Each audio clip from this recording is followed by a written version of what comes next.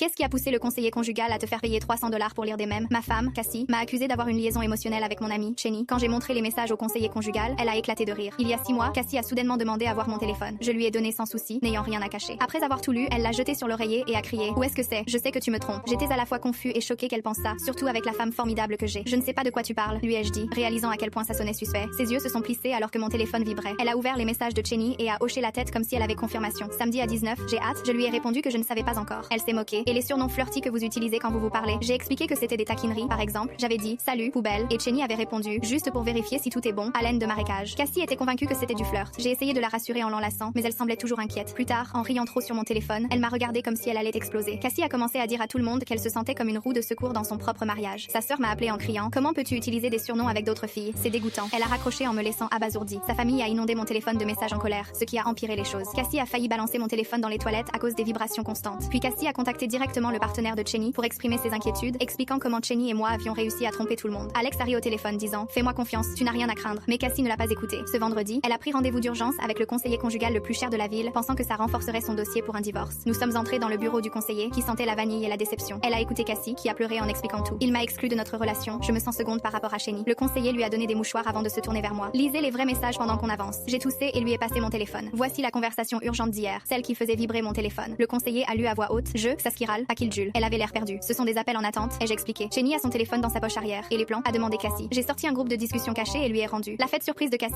Samedi à 19. Tout le monde est confirmé? Cassie a défroncé les sourcils, réalisant que sa propre fête surprise était révélée au pire moment. Le conseiller a éclaté de rire en feuilletant les autres conversations et photos, toutes pleines de chats de Chenny faisant des choses étranges. Elle a lu un message: Est-ce normal que les chats crient contre les murs? Mon chat a mangé un sac en papier, que faire? Le conseiller a pris une grande inspiration et a souri. Donc, l'affaire émotionnelle tourne autour d'un chat? Cassie s'est ratatinée sur son siège, réalisant qu'elle avait dit à tout le monde qu'il s'agissait d'une liaison, alors que c'était juste des mèmes de chat. Les plans secrets étaient en fait sa propre fête surprise, et les vibrations incessantes n'étaient que du spam. Le conseiller a souri en nous regardant. C'est bien qu'on ait éclairci les choses, la mauvaise communication est un gros problème. Elle m'a reproché d'être un mauvais communicant et a grondé Cassie pour ses conclusions hâtives. On a fini par se réconcilier, mais bien sûr, la séance s'est terminée avec un texto de Chenny qui nous a tous fait rire. Les gars, je pense que mon chat vient de découvrir son reflet. Envoyez de l'aide.